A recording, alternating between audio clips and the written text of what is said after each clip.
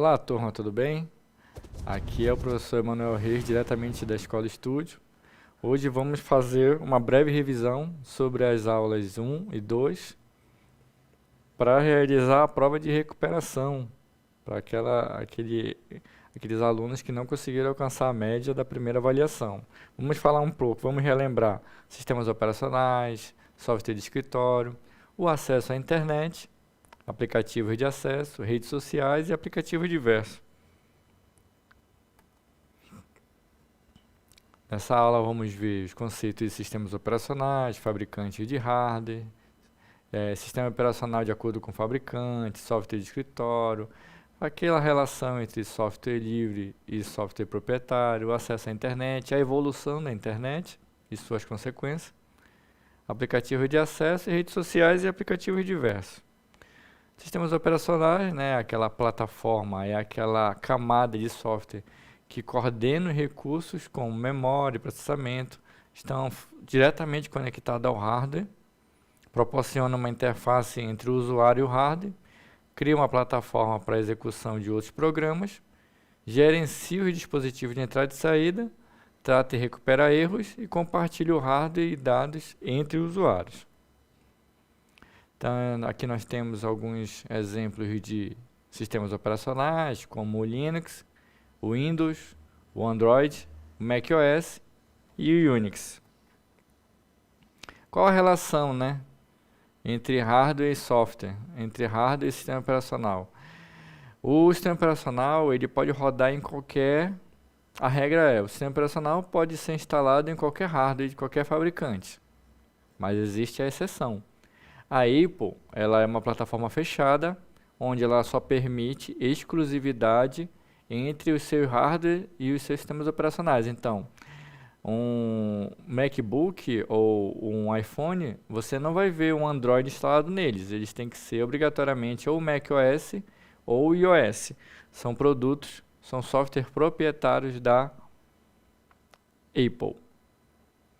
Mas olha aí a diversidade de fabricantes de hardware no mercado. Aqui só tem uma pequena fatia da quantidade de fabricantes de hardware. IBM, Lenovo, HP, Zero, Positivo, Gigabyte, Epson, Canon, Lemark, LG, Philips, Samsung, Sony, AOC, são as mais conhecidas. O que acontece com isso? Qual a consequência de nós termos muitos fabricantes? Nós conseguimos ter um preço competitivo de mercado.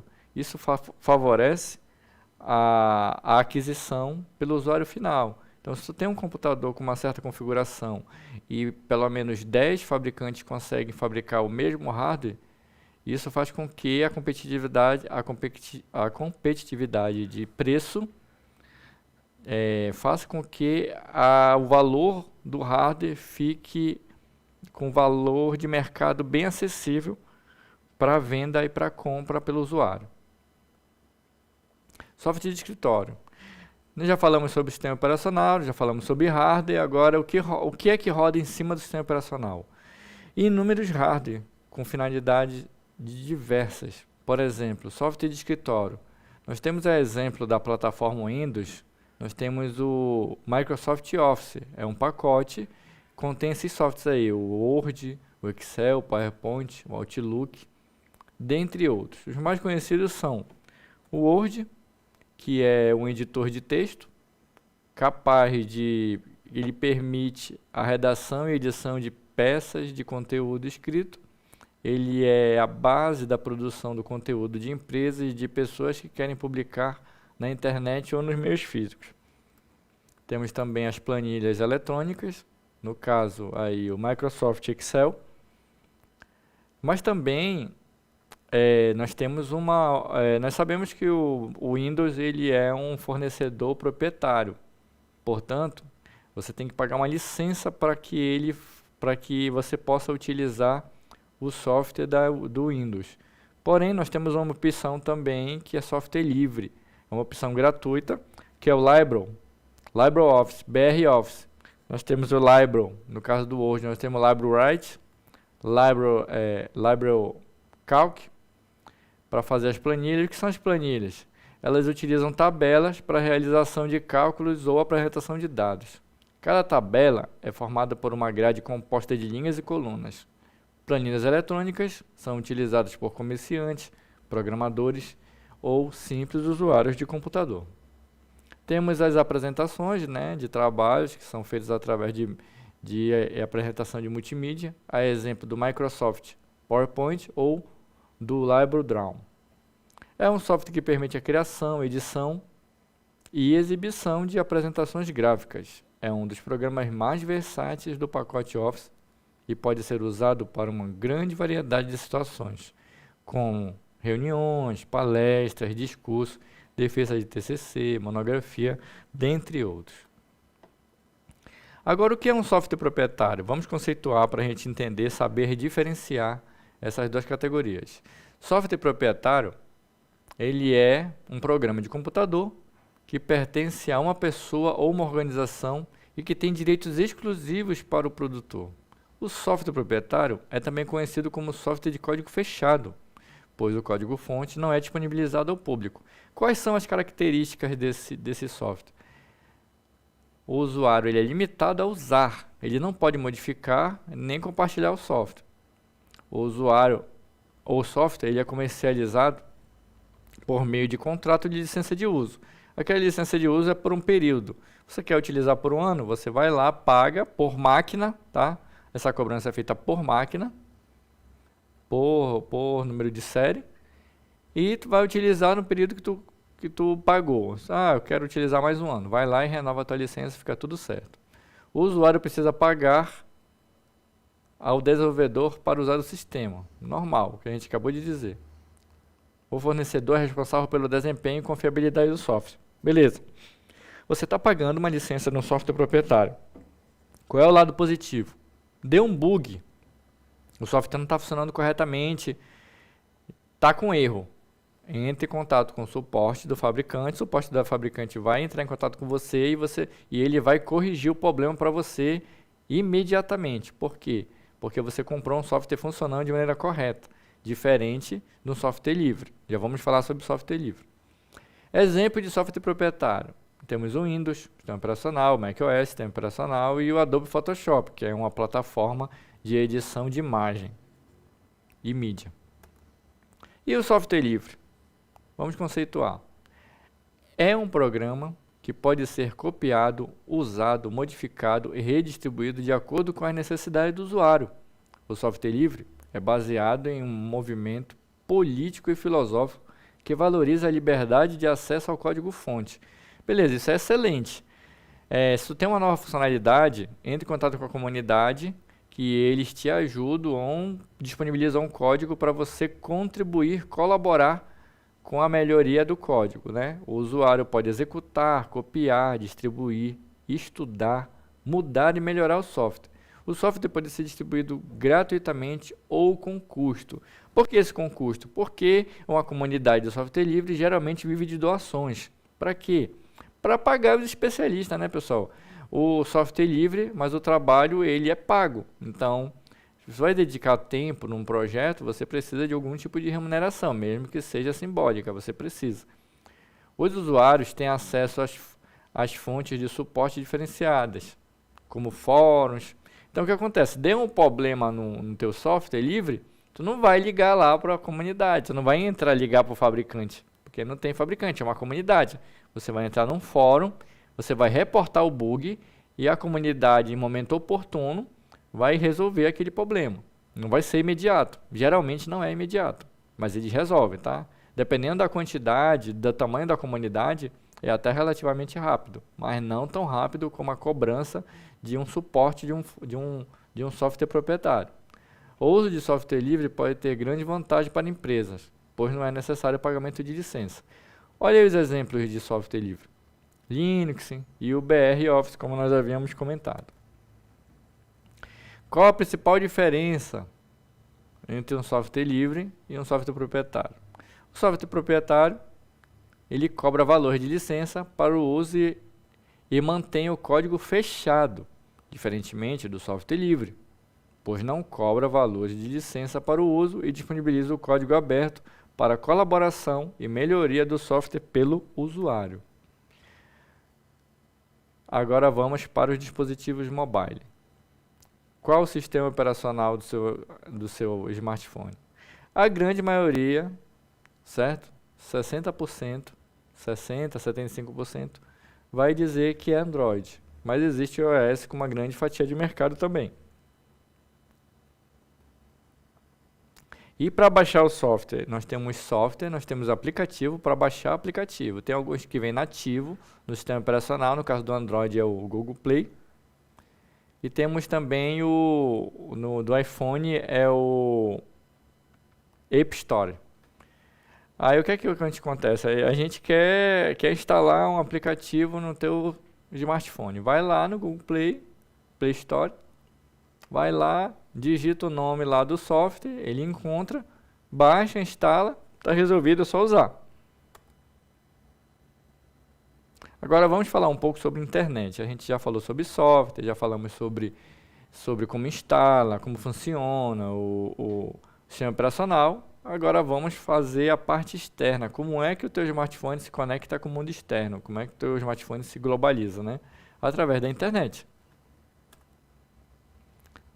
Já foi discutido, debatido bastante em sala de aula, como surgiu a internet, né? Aquela historinha da Guerra Fria, os Estados Unidos precisando se comunicar com as bases militares, com as universidades, criou a primeira rede de conexão à distância chamada ARPANET, que depois evoluiu para a nossa internet. Isso aconteceu nos Estados Unidos no período da Guerra Fria, por meados da década de 60. E a internet ela foi evoluindo, com o passar do tempo, claro, né? Nós estamos falando de 30, 40 anos ou mais. Começou com a necessidade de se conectar dois hosts, que são, a exemplo, computadores ou qualquer tipo de equipamento eletrônico. A internet veio e falou, não, agora eu consigo me conectar em posições geograficamente distantes. Aí a internet ela veio para isso, começou a conectar computadores em locais e endereços físicos diferentes. Porém, com a evolução, com a necessidade das pessoas de se comunicarem em tempo real, houve a evolução, o surgimento da internet mobile, através dos primeiros telefones celulares. Veio também o surgimento das redes sociais, né? Então fez com que, além de ter comunicação, além de ter internet no teu celular, tinha que ter uma internet de banda larga no teu celular. Aí ocorreu a evolução da banda larga para a internet. Houve uma evolução do sistema mobile. Fez com que as pessoas conseguissem se conectar em qualquer lugar, qualquer momento, mandar vídeos, mandar imagens, mandar áudios, né? É um pouco do que a gente tem hoje. E na era que nós estamos vivendo atualmente, nós estamos vivendo o momento do 5G, que é a internet das coisas. É a necessidade de conectar qualquer coisa eletrônica que é existente. Por exemplo, um carro, uma geladeira, um ar-condicionado, tudo que tiver na tua casa, que tiver capacidade de se conectar com a internet, vai ter a necessidade de ter uma rede própria, que no caso é o 5G, capacidade de banda que suporte todos esses dispositivos. Certo? A internet evoluiu ao longo do tempo, houve o desenvolvimento de regras para se comunicar na internet, no caso isso chamado de protocolos, a exemplo do protocolo TCP/IP, da criação de sites do www, dentre outros. A popularização da internet ocorreu com o avanço da banda larga, o crescimento do comércio eletrônico e o surgimento das redes sociais. Aqui é um exemplo de como a internet se comunica entre continentes. Hoje, atualmente, durante muito tempo foi através de comunicação via satélite.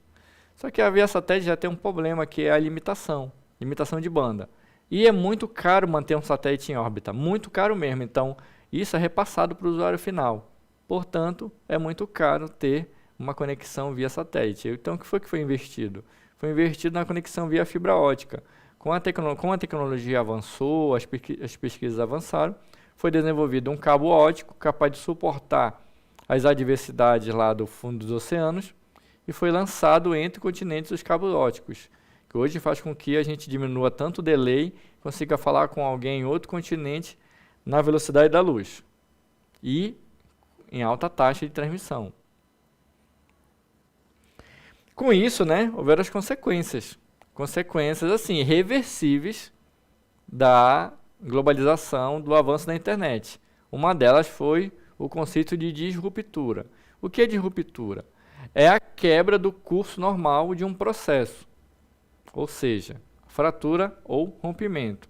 Portanto, aquilo que durante décadas funcionou de uma forma, com a disruptura ele não vai deixar de existir.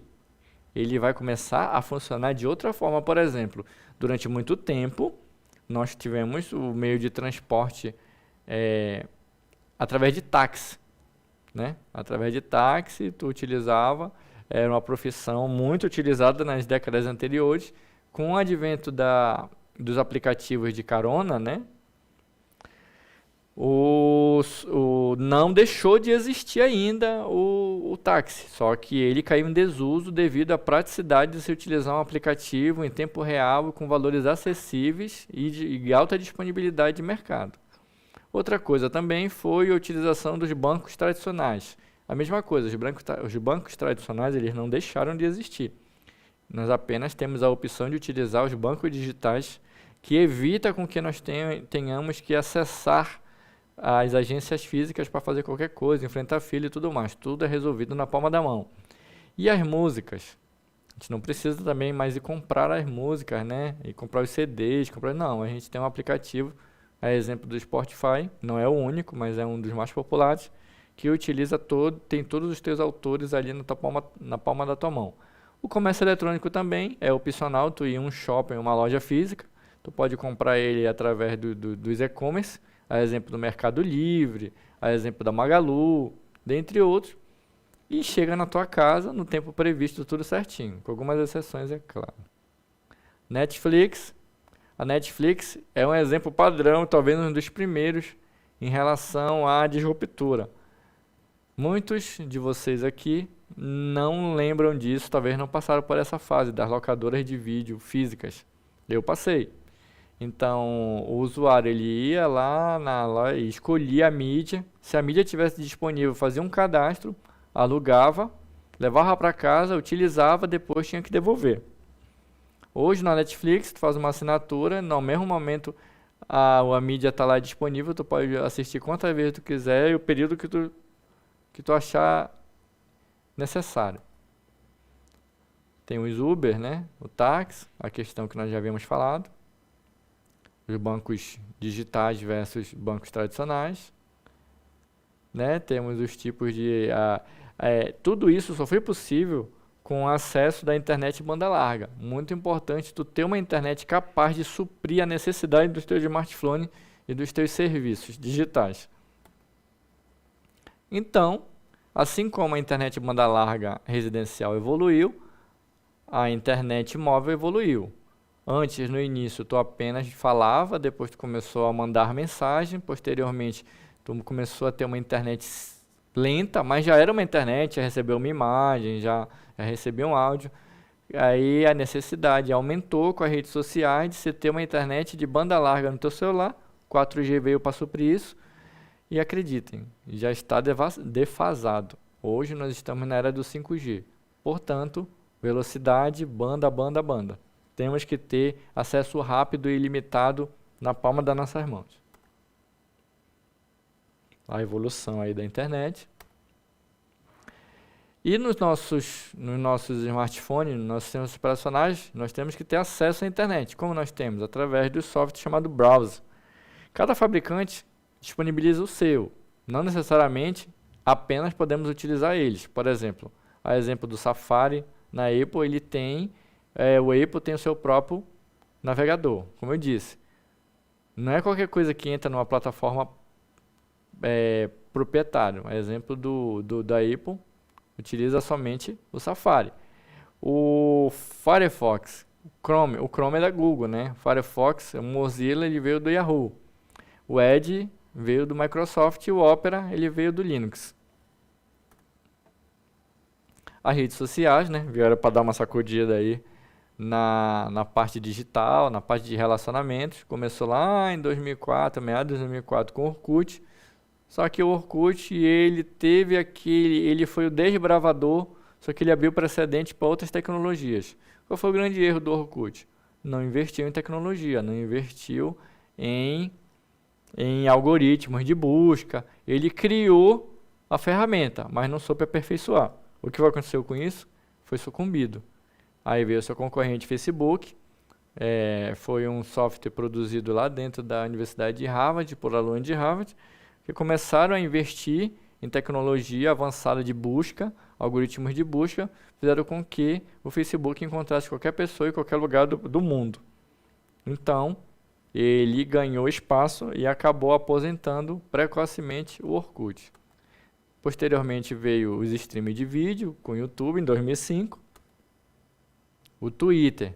O Twitter foi um avanço do Message. Para quem utilizou muito Torpedo, utilizou muito Message, o Twitter era aquela necessidade de se mandar mensagens rápidas e pequenas em tempo real. E até hoje é um dos principais canais de notícias que existe, porque é muito rápida a informação. São informações pequenas e muito rápidas. Tem o Instagram, né? A história do Instagram é muito legal. O Instagram, ele foi aquela tecnologia que veio para aposentar o Facebook, mas quando tu tem pessoas sagazes, tem grandes grupos econômicos e entendem as tendências, foi percebido essa tendência de defasagem do Facebook. O dono do Facebook foi lá e disse assim: não, eu preciso me juntar a você para não perder. Então comprou o Instagram, inseriu a sua plataforma e continua no mercado até hoje. Temos as redes sociais, os vídeos curtos, assim como as mensagens curtas do Twitter, tem os vídeos curtos do TikTok, né? O TikTok é o caçulinha, é um dos caçulinhas, de 2016 para cá, não tem 10 anos. Aí os aplicativos foram tomando forma e foram se aperfeiçoando ainda mais as necessidades do usuário, como é o caso do iFood, né? Que é uma plataforma de compra e venda e entrega de alimentos. Temos o Mercado Livre, que é um e-commerce. Só que aí começou a surgir um movimento diferente. As plataformas, elas estavam muito separadas. Se tu quer comprar, tu vai no Mercado Livre. Se tu quer assistir um vídeo, tu vai no Netflix. Então, o que é que os grupos estão fazendo hoje? Estão tirando aquele conceito de shopping, né? Eu quero encontrar tudo em um só lugar, porque a grande moeda hoje é a atenção do teu usuário. Quanto mais tempo o teu usuário permanecer na plataforma, melhor ele vai utilizar os recursos que tu tem a oferecer, mais compras ele tende a fazer. Então, no caso, o Mercado Livre, que antes ele era apenas uma plataforma de venda eletrônica, ele passou a ser agora um Mercado Play, um stream de vídeo. O Google Play, como sabemos que a tecnologia ela ia ser sucumbida, a TV analógica ia ser sucumbida, apesar da vinda da TV digital também não estava mais atendendo às necessidades. Por quê? Tudo aqui no mercado são tendências. O usuário está passando mais tempo onde? Mudou o comportamento do usuário. Ele está passando mais tempo na frente do smartphone. Então, a TV, que antes ela era analógica e digital, ela teve que ir para dentro do smartphone. Ela foi através dos aplicativos de streaming. A Globo ela não ficou atrás e está se mantendo no mercado devido a isso. Vai chegar um momento que a TV não vai deixar de existir e ela já está garantindo sua fatia de mercado através dos streamings de vídeo também. Tem o Zé Delivery, né, que é a comodidade assim como de comida e de bebida. Né? Então, tu não tem mais a necessidade de sair. Se tem casais aí que o homem ele não é liberado para ir no barzinho tomar uma cerveja, mas ele não deixa tomar a cervejinha dele porque o Zé é amigo dele e vai deixar na porta dele a cerveja geladinha e no preço do boteco. Temos agora aí, olha aí a evolução da conurbação dos serviços. A 99, ela além de fazer ser uma carona, um aplicativo de carona digital, está te oferecendo dinheiro também. Então, ele deixa de ser apenas um aplicativo de mobilidade, passa a ser também um banco digital. Vai te oferecer os serviços do banco. Então, às vezes tu quer sair para dar um rolê, ainda consegue o dinheirinho lá no Mercado Play. Com isso, temos o quê? As relações de trabalho que estão mudando. A CLT está mudando, né, pessoal? Tem leis a serem aprovadas e debatidas em relação a isso. Porque os aplicativos, eles garantem um serviço sem garantias, mas em compensação sem burocracia. Então, por exemplo, muitas pessoas que passaram 10, 15, 20 anos trabalhando no CLT, quando saíram, não optaram mais em voltar para a CLT. E já estão sendo dono dos seus próprios negócios, porque de uma certa forma, o aplicativo ele te dá esse sentimento de tu ser dono do teu próprio negócio, trabalhar a hora que tu quer, te organizar, te programar, não ser o teu próprio chefe, e as condições de trabalho vão mudando. Pessoal, agora, a partir de agora, vai ser aplicada a prova de recuperação, certo? E daqui a pouquinho a gente volta para encerrar a aula.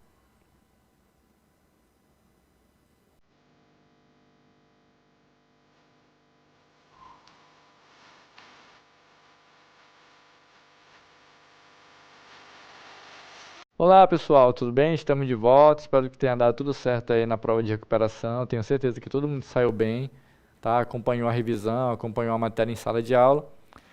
Obrigado pela oportunidade de estarmos reunidos, desejo a todos um bom dia, um bom final de dia e nos encontraremos em breve numa próxima aula. Forte abraço a todos, até mais!